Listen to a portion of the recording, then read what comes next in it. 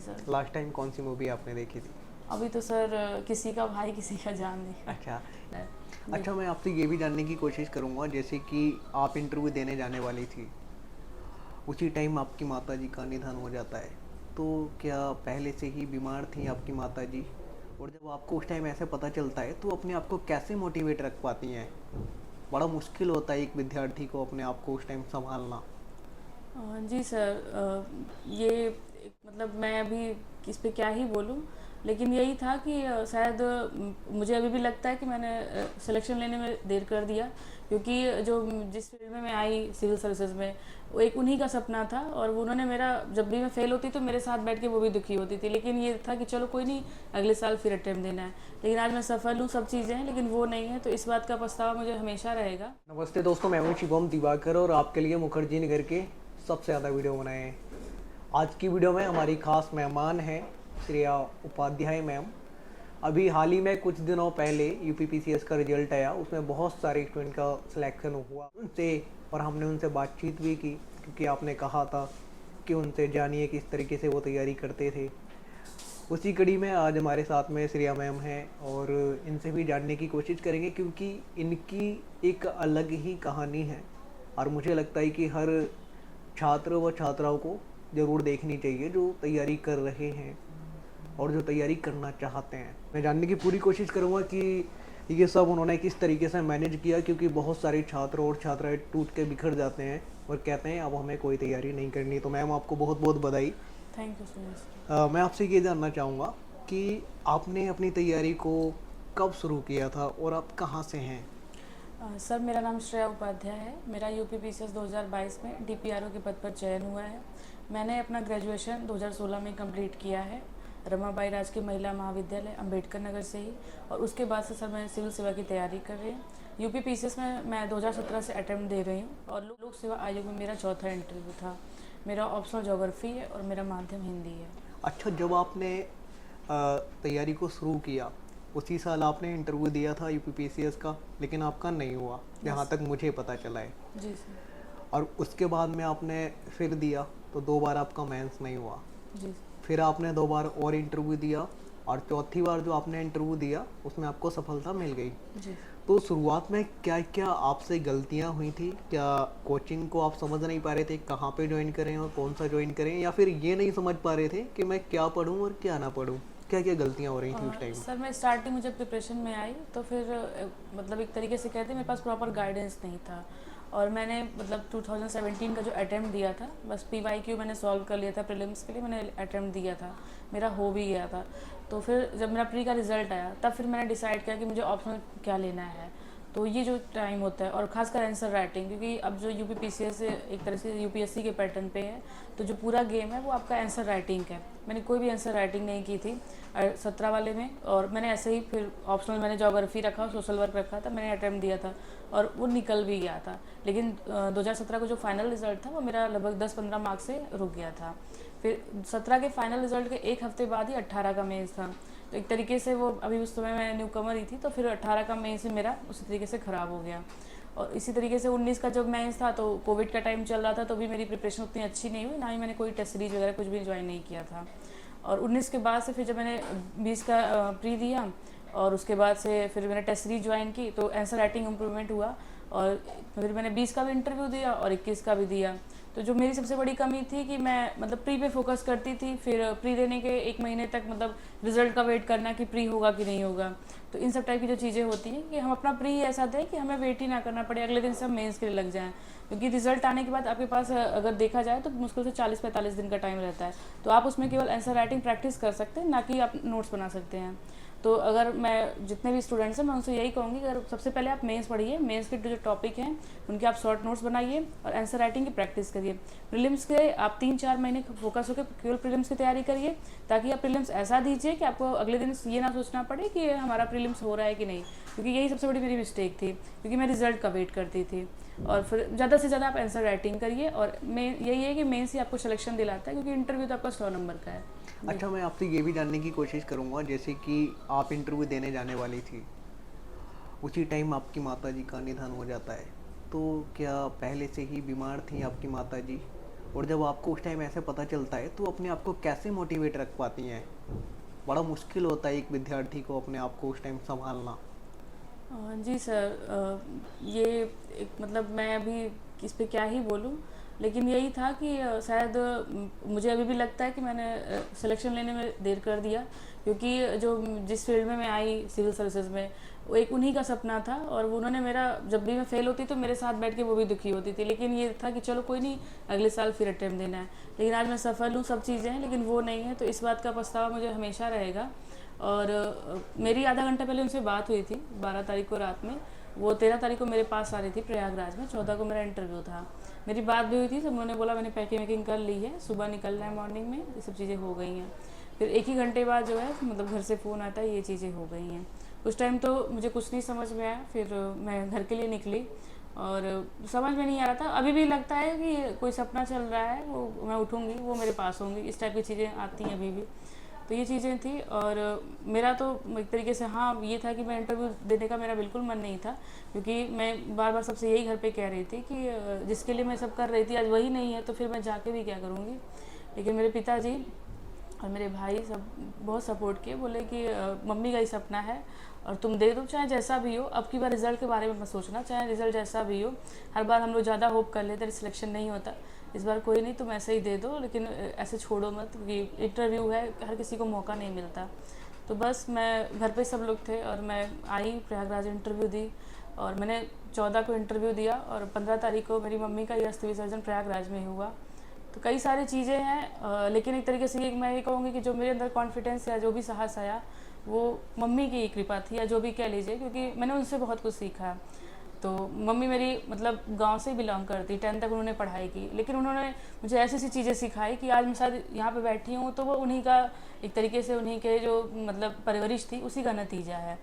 तो मुझे लगता है कि जो मेरे अंदर कॉन्फिडेंस था, जो जो भी चीज़ें थी, वो एक तरीके से मेरे आसपास थी, मुझे बस ऐसी ही फीलिंग आ रही थी। तो आज भी मुझे लगता है कि वो मेरे साथ हैं। और अब वो नहीं है, क्योंकि मुझे पछतावा होगा कि मैं उनके लिए कुछ नहीं कर पाई। लेकिन मैंने ये सोच रखा है कि जैसा काम मेरी मम्मी करती थी, क्योंकि उनको सोशल वेलफेयर वाली चीज़ों में बहुत ज़्यादा वर्ड इन्वॉल्व रहती थी। वो कभी भी मतलब लोगों की कैसे हेल्प की जा सके, अपने पास इतना संसाधन होते हुए भी उस टाइप की महिला थी। तो मैं यही सोचूंगी कि मैं अब तो मेरे पास अथॉरिटी है, पावर है, तो मैं ये चीज़ ज़रूर करूँगी, क्योंकि सोसाइटी के लिए करने का ये मुझे मौका मिला है। और इस तरीके से शायद वो जहाँ भी होंगी वो देख के खुश होंगी। जी सर। अच्छा मैम, आपके पिताजी मोबाइल की दुकान चलाते हैं, जी। ऐसा मुझे पता चला था। जब आपका रिजल्ट आया तो सबसे पहले किसने देखा था, आपने या सर ने? और ये जब आप कह रहे हैं कि आप एक लंबे समय से तैयारी में थे, तो कई बार क्या होता है कि कुछ अपने लोग होते हैं वो भी छोड़ देते हैं, कहते हैं इनका हो ही नहीं रहा है कई साल से।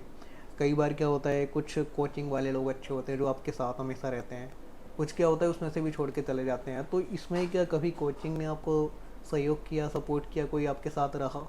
हाँ सर, जैसे 2020 से मैंने जीएस वर्ड की टेस्ट सीरीज ज्वाइन की थी। तो 2020, 21 और 22 का मैंने टेस्ट लिखा था, तो मुझे बहुत हेल्पफुल हुआ था, क्योंकि बताया जैसे मैंने कि मैं आंसर राइटिंग नहीं करती थी। तो एक कोचिंग में 23 टेस्ट पूरे मुझे मिलते थे। तो वो 23 टेस्ट लिखने का मतलब है कि आप ऐसी इतनी प्रैक्टिस हो जाती थी कि एग्जाम हॉल में आपको सोचना नहीं पड़ता था कि आपको क्या लिखना है। तो ये चीज़ें थी। हाँ, जीएस वर्ड का मेरे पास बहुत सपोर्ट था। इसके साथ जो मेरी फैमिली थी, मैं फेल होती थी तब भी मेरे भाई हैं, 3 भाई हैं, वो हमेशा ये कहते हैं कि तुम कर लोगी और हम तुम्हारे साथ हैं, तुम्हें कोई प्रेशर वाली बात ही नहीं। आज तक कभी, अभी भी वो कभी नहीं कहते। तो फिर हमेशा एक तरीके से वो जो पॉजिटिविटी थी वो मुझे फैमिली से मिलती थी। और इस बार मतलब हर बार रिजल्ट आता था तो मैं फेल होने का घर पे रोती थी, लेकिन जब इस बार रिजल्ट आया तो मैं, पापा और मेरी दादी, मेरी बुआ जी सब घर पे थे। तो मैंने पापा से कि पापा हो गया डीपीआरओ पे। तो मेरे घर में 2 घंटे तक सब बहुत ज़्यादा दुखी थे, सब बहुत रो रहे थे। उस टाइम मुझे भी समझ में नहीं आ रहा था कि इस बात की खुशी मनाएं कि क्या करें। तो उसके बाद फिर धीरे धीरे लोग आने लगे, मिलने लगे, ये सब चीज़ें थी। तो इस जर्नी में जो सबसे बड़ा जो योगदान होता है वो आपके पेरेंट्स का होता है, वो आपकी फैमिली का होता है। क्योंकि बहुत सी फैमिली होती है वो प्रेशर बनाती है, खासकर लड़कियों के ऊपर शादी का होता है, एज का इशू रहता है। लेकिन जो मेरी फैमिली थी, मुझे लगता है कि मुझे बहुत सपोर्ट किया, और उसी का नतीजा है कि मैं आज यहाँ पे हूँ। और इसके साथ यही होता है कि कुछ कोचिंग्स वाले जो होते हैं, मतलब आप केवल कोचिंग ज्वाइन कर रहे हो, उन्हें सिलेक्शन से मतलब नहीं होता, लेकिन कुछ कोचिंग वाले होते हैं जो आपको पर्सनली जो आपकी हेल्प करते हैं। तो ऐसा मेरे साथ था, कई ऐसे सर थे जो मुझे गाइड किए। तो शायद मुझे लगता है कि ये बहुत बड़ी चीज़ होती है कि ये मतलब आप खाली एक मतलब प्रोफेशनल टाइप के रिश्ते ना रखें, आप मेंटरशिप टाइप के रखें तो वो ज़्यादा अच्छा है। तो शायद उसी का रिजल्ट है कि मेरा सिलेक्शन हो गया है। अभी मैं 23 वाला अटेम्प्ट दे रही हूँ, अब SDM के लिए ट्राई करना है और खासकर मैं UPSC पे फोकस करूँगी। दोस्तों हम GS वर्ल्ड में कई बार आए हैं और यहाँ पे बहुत सारे स्टूडेंट सर से मिलने के लिए आते रहते हैं। संदीप सर जो रात में ही आ गए थे जिस दिन रिजल्ट आया था, और आज भी हम GS वर्ल्ड में हैं। मैम एक चीज़ और मैं आपसे जानना चाहूँगा, जैसे कि आपकी कहानी सबसे अलग है और कहीं ना कहीं हम सभी लोगों को, जो लोग देख रहे हैं वो, और मुझे भी गर्व है कि आपने इस तरीके से ये किया। और कहीं ना कहीं लड़कियाँ, जो पिछली बार रिजल्ट आया था UPSC का उसमें भी टॉपर थी, जी इस बार जो रिजल्ट आया UPPCS का उसमें भी टॉपर थी, इस बार आने वाला है शायद इसमें भी टॉपर बनेंगी। यस। और आप जैसी बेटी भी हर किसी को गर्व भी होगा जब आपकी कहानी सुनेंगे, जो आपको जान रहे हैं पहले उनको भी। नए स्टूडेंट को आप क्या कहना चाहेंगे? बहुत सारे स्टूडेंट जो है ना कोचिंग को सिलेक्ट करने में ही पीछे हट जाते हैं, मतलब उनको पता ही नहीं चलता हम कहाँ जाएं कहाँ ना जाएं। तो GS वर्ल्ड की आपने बात की थी और आज हम यहाँ पे ही हैं, आप भी हैं, सर से मिलने आई थी। तो क्या इनका जो कंटेंट होता है उस तरीके का होता है जो कहीं ना कहीं स्टूडेंट के पास होना चाहिए? उनको जब ये प्रोवाइड कराते हैं तो उससे स्टूडेंट का कुछ प्रॉफिट हो पाता है या नहीं? सर देखिए, ऐसा क्या होता है कि जैसे मैं भी जब स्टार्टिंग में प्रिपरेशन टाइम में थी, तो हमें जब कोचिंग का कंटेंट मिलता है तो फिर हमने वो भी लेके रख लेते हैं, फिर जो कोई टॉपर्स बुक बताता है वो भी लेके रख लेते हैं। पढ़ाई हमारी नहीं हो पाती है, मतलब हम उसी में उलझे रहते हैं कौन सा बेस्ट है कौन सा नहीं। हम जिसका सुनते हैं हाँ इससे उस बुक का हो गया तो फिर हम वही पढ़ना शुरू करते हैं। तो सबसे बड़ी बात है कि आप जो है कम नोट्स रखें, मतलब जो बेसिक बुक है वो रखिए, और कोचिंग के जो नोट्स है वो, जैसे क्या होता है करंट अफेयर्स पढ़ने के लिए आप न्यूज़पेपर वगैरह लेते हैं, फिर हम बाहर से मैगजीन लेते हैं, जबकि हमारी कोचिंग जो है वो भी प्रोवाइड कराती है। हम उसमें टाइम वेस्ट करते हैं कि ये कलेक्ट करें, वो जो क्रिस्पी नोट्स होता है वो आपको कोचिंग से मिल जाता है। अभी जैसे GS वर्ड की जो UPPCS स्पेशल नोट्स आई वो सबसे अच्छी है, और मैं जो फॉलो करती थी कि UPPCS जो मेंस के टाइम में आता था नोट्स, वो हिंदी मीडियम में नहीं मिलता था, वो GS वर्ड ही प्रोवाइड कराती थी। तो हम लोग का पूरा ग्रुप था, हम लोग वही फॉलो करते थे। और साथ ही साथ GS वर्ड की जो है 4 बुकलेट भी आती थी GS स्पेशल। जैसे रिवीजन के टाइम में क्या होता है कि आपके पास समय कम रहता है तो एक बार पॉइंट पॉइंट उसको देख सकते हैं। और जो से मैंने टेस्ट सीरीज बताई, मैंने ज्वाइन किया था, तो उसके जो मॉडल आंसर मिलते हैं वो काफ़ी अच्छे होते हैं, क्योंकि उसमें पॉइंट वाइज चीज़ें लिखी रहती है, जैसे इंट्रो में क्या लिखना है और मेन बॉडी में क्या लिखना है, कंक्लूजन में क्या लिखना है, तो वो चीज़ें थी। तो स्टूडेंट्स मैं यही कहूँगी कि आप मतलब ज़्यादा स्टडी मैटर के पीछे मत भागिए, आप एक जो बेसिक बुक्स होती है उनको रखिए और आप कोचिंग के मैटर को रखिए, आप बस उन्हीं को पढ़िए, क्योंकि मार्केट में इतनी ज़्यादा बुक्स हैं, इतने ज़्यादा नोट्स हैं, तो आप सबको फॉलो नहीं कर सकते, और सबको फॉलो करने में फिर आपका सिलेक्शन नहीं होना। और खासकर जब रिजल्ट की बात करेंगे तो आप 50 से 60% पे सिलेक्शन हो जाता है मार्क्स पे, तो आप उस पर टॉप भी कर लेते हैं। तो यही है कि आपको मतलब PhD नहीं करनी है, आपको बस एग्जाम क्लियर करना है, तो उस हिसाब से आप पढ़ाई करिए। आपका मीडियम क्या रहा था, हिंदी या फिर इंग्लिश? और मेरा मीडियम 10वीं हिंदी है सर। हिंदी है। जी 10वीं 12वीं आपने कहाँ से की थी? मैंने सरस्वती शिशु मंदिर अम्बेडकर नगर से ही पढ़ाई की थी सर। UP से? जी अच्छा, देश भर की जो लड़कियां आज आपको देख रही होंगी कोने कोने की, स्पेशल लड़कियों को क्या कहना चाहेंगे? बहुत सारी लड़कियां आपकी तरह आज तैयारी कर रही होंगी। कि मैं यही कहूँगी कि जैसे अगर आपने अपना टारगेट बना लिया है कि मुझे ये चीज़ अचीव करना है, तो फिर कोई भी प्रॉब्लम आए, जैसे कभी कभी हमें लगता है कि हमारे पास फैमिली सपोर्ट नहीं है, मतलब इनकम वाली प्रॉब्लम होती है, तो उसका भी एक ऑप्शन रहता है। और फिर कोई भी प्रॉब्लम है आप उससे कभी विचलित मत होइए, क्योंकि मुझे ऐसा लगा जो मेरी जर्नी थी, काफ़ी प्रॉब्लम्स आई जिनको मैं फेस किया, लेकिन लास्ट टाइम में भगवान ने ऐसी चीज़ें की जिससे फेस करना बहुत बड़ी, मतलब सारी जो है चुनौती से उनसे सबसे बड़ी थी। तो बस मैं यही कहूँगी कि कुछ किसी भी प्रकार की प्रॉब्लम्स आएँ उनसे आप अच्छे से, मतलब क्योंकि अभी हम छोटी छोटी प्रॉब्लम्स में उलझ जाते हैं, लेकिन जब जॉब में जाएंगे तो मुझे लगता है इससे बड़ी प्रॉब्लम्स रहेगी, वहाँ हम क्विट नहीं कर सकते ना।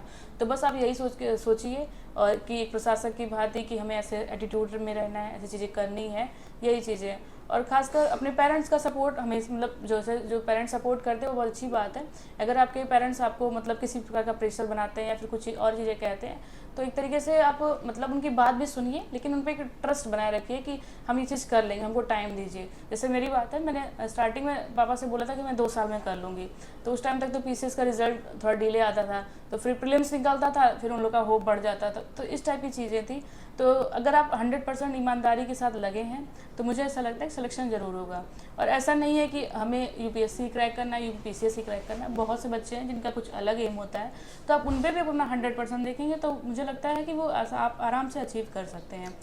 मैम आपकी हॉबी क्या है? क्या आपको पसंद है? गाना गाना, लिखना, पढ़ना, साइकिल चलाना, कार चलाना, या फिर घूमना कहीं? सर मेरी हॉबी मतलब सिंगिंग और डांसिंग है। मतलब मैं खाली टाइम में यही करती हूँ। खासकर तो अभी एग्ज़ाम टाइम में जब ज़्यादा लोड होता था तो मैं मूवीज़ ज़्यादा देखती थी सर। लास्ट टाइम कौन सी मूवी आपने देखी थी? अभी तो सर किसी का भाई किसी का जान नहीं। अच्छा, एक चीज़ और जानना चाहूँगा, परिवार में आप सबसे छोटी हैं या फिर बड़ी हैं? नहीं नहीं, मुझसे छोटा एक भाई है और मुझसे बड़े दो भाई हैं। अच्छा, आपसे बड़े दो दो भाई भाई और हैं। जी। वो लोग क्या करते हैं? बड़े भैया वो बीटेक करके इंजीनियर हैं, जॉब कर रहे हैं प्राइवेट सेक्टर में, और दूसरे नंबर वाले भी एमबीए करके जॉब कर रहे हैं। फिर मैं हूँ और मेरा छोटा भाई है, उसका इस बार बीकॉम फाइनल है। उन्होंने आपको बहुत सपोर्ट भी किया जी है जी। ना? हाँ, मेरे भाई लोगों ने मुझे बहुत सपोर्ट किया। खासकर मेरे बड़े भैया ने, क्योंकि जब से मैंने तैयारी शुरू की थी उन्होंने ही मुझे पूरा मंथली का खर्चा या जो भी चीज़ें थी, जो भी मेरी ज़रूरतें थी, उन्होंने हर चीज़ के लिए वो रेडी थे और वो करते थे। और एक तरीके से पैसे से ही नहीं, और मतलब एक मेंटली जो सपोर्ट होता है, ये अगर मैं डिस्टर्ब होती थी रिजल्ट आने पे कि इस बार नहीं हो रहा है, अब मैं नहीं पढ़ूंगी, तो इस सब टाइप की जो चीज़ें हैं, तो फिर वो मतलब उनका एक तरीके से पॉजिटिविटी रहती थी, नहीं तुमसे हो जाएगा, तुम्हें पोटेंशियल है, तो ये सारी चीज़ें थी। आपका जो वैकल्पिक विषय है वो ज्योग्राफी था, जी। तो क्या ये आसान होता है, इसमें अच्छा स्कोर हो सकता है? नई स्टूडेंट की ज़रूर जानना चाहते हैं। और क्या जो जीएस वर्ल्ड ये कोचिंग है, ये ऑप्शनल की भी यहाँ पे तैयारी कराते हैं कि आपने यहाँ से की थी? सर मैंने टेस्ट ज्वाइन की थी ऑप्शनल की, ज्योग्राफी की, और अभी तो यूपीपीसी से तो ऑप्शनल हट गया है। तो अब यूपीएससी से तो ज्योग्राफी का हिंदी मीडियम मुझे नहीं लगता कि लेना सही रहेगा। और लेकिन अभी तक यूपीपीसी से रिजल्ट ज्योग्राफी का अच्छा आया है। इसका सिलेबस तो वास्ट होता है, लेकिन आप स्कोर अच्छा कर सकते हैं, क्योंकि इसमें ज़्यादातर फिगर, डायग्राम, मैपिंग, ये सब ज़्यादा इंपॉर्टेंट करता है। तो इस तरीके से सर है। और मैं आपसे यही कहना चाहूँगा, आप ये वीडियो अधिक से अधिक छात्र व छात्राओं के साथ शेयर करें जो कहीं ना कहीं अभी तैयारी कर रहे हैं। इन्होंने बहुत संघर्ष किया है और लगभग 4 से 5 साल तक आपने किया है। जी। और ये कहीं ना कहीं उन छात्राओं के लिए एक उदाहरण बन करके सामने आई है, जो कहीं ना कहीं थोड़ी सी अगर समस्या आती है तो अपनी तैयारी को छोड़ देती हैं, कहती हैं अब हमसे नहीं होगा, अब हम नहीं कर पाएंगे। क्या आप भी तैयारी कर रहे हैं तो कहाँ से, आप कमेंट बॉक्स में ज़रूर लिख करके बताइए। और हाँ, अगर आपको ऐसा लगता है हम कुछ भी पूछना भूल गए तो भी हमें कमेंट बॉक्स में लिख करके ज़रूर बताइए। ये वीडियो देखने के लिए आपका बेहद शुक्रिया। कमेंट बॉक्स में आपके विचार सादर आमंत्रित हैं, लिखना आप बिल्कुल मत भूलिए। जय हिंद।